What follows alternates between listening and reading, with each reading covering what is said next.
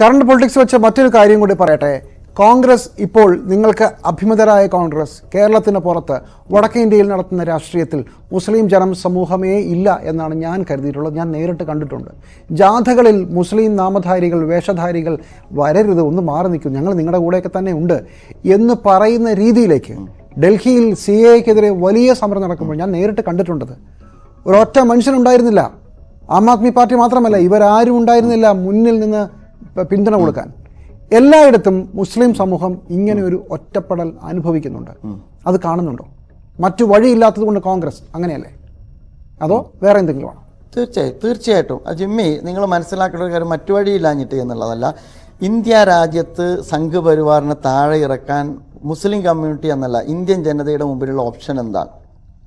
ഇന്ത്യയിലെ, ഞാൻ കോൺഗ്രസ് എന്നല്ല, എൻ്റെ വ്യക്തിപരമായ അഭിപ്രായത്തിൽ കോൺഗ്രസ്, AAP, ആപ്പ്, അതുപോലെ തന്നെ CPM എല്ലാവരും ചേർന്ന് നിൽക്കണം എന്നുള്ള കാര്യത്തിൽ യാതൊരു അഭിപ്രായ വ്യത്യാസവും ഇല്ല.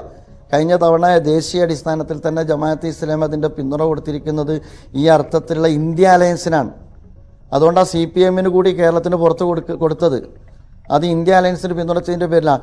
ജിമ്മി പറഞ്ഞത് ശരിയാണ്. മൃദു ഹിന്ദുത്വ സമീപനം പലപ്പോഴും പലയിടത്തും കാണുന്നു. മൈനോറിറ്റിയെ പലപ്പോഴും അകറ്റി നിർത്തുന്ന സമീപനം ഉണ്ടാകുന്നു. ഇന്ത്യനിലെ മുസ്ലിം മൈനോറിറ്റിയെ സംബന്ധിച്ചിടത്തോളം അവർ ജനാധിപത്യപരമായും നിയമാനുസൃതമായും മുന്നോട്ട് പോകാൻ ആഗ്രഹിക്കുന്ന ഒരു വിഭാഗത്തിന് മുമ്പിലുള്ള വഴി എന്താണ്? അപ്പോൾ ജനാധിപത്യ വഴിയിൽ നമ്മുടെ മുമ്പിലുള്ള ഓപ്ഷൻ എന്ന് പറയുന്നത് ഇപ്പോഴത്തെ ഒരവസ്ഥയിൽ ഇന്ത്യ അലയൻസാണ്. അതിന് 100 മാർക്ക് ഇട്ടിട്ടല്ല നമ്മളതിനെ സപ്പോർട്ട് ചെയ്യുന്നത്. മറിച്ച് സമകാലിക ഇന്ത്യൻ രാഷ്ട്രീയ സാഹചര്യത്തിൽ സംഘപരിവാറിനെ അധികാരത്തിൽ നിന്ന് താഴെ ഇറക്കാനുള്ള പൊളിറ്റിക്കൽ ബദൽ എന്ന് പറയുന്നിടത്ത് മറ്റ് ഓപ്ഷൻ മുസ്ലിം മൈനോറിറ്റിയുടെ മുമ്പിലില്ല. മാത്രമല്ല, അതുകൊണ്ട് തന്നെ സെക്കുലർ വോട്ടുകൾ ശിഥിലീകരിക്കാതിരിക്കുന്നതിനാവശ്യമായ പ്രവർത്തനങ്ങൾ വരെ ഇത്തരത്തിൽ വിശദാംശങ്ങളിൽ വ്യത്യസ്തമായ വിയോജിപ്പുകൾ പലയിടത്തും ഉണ്ടാകുന്നതോടൊപ്പം തന്നെ ജമാഅത്തെ ഇസ്ലാമി ഇതിൽ നിർവഹിച്ചിട്ടുണ്ട്. അതുകൊണ്ട് ജമാഅത്തെ ഇസ്ലാമി പിന്തുണക്കുന്നത് ജമാഅത്തെ ഇസ്ലാമിയുടെ നിലപാടിനെയാണ്.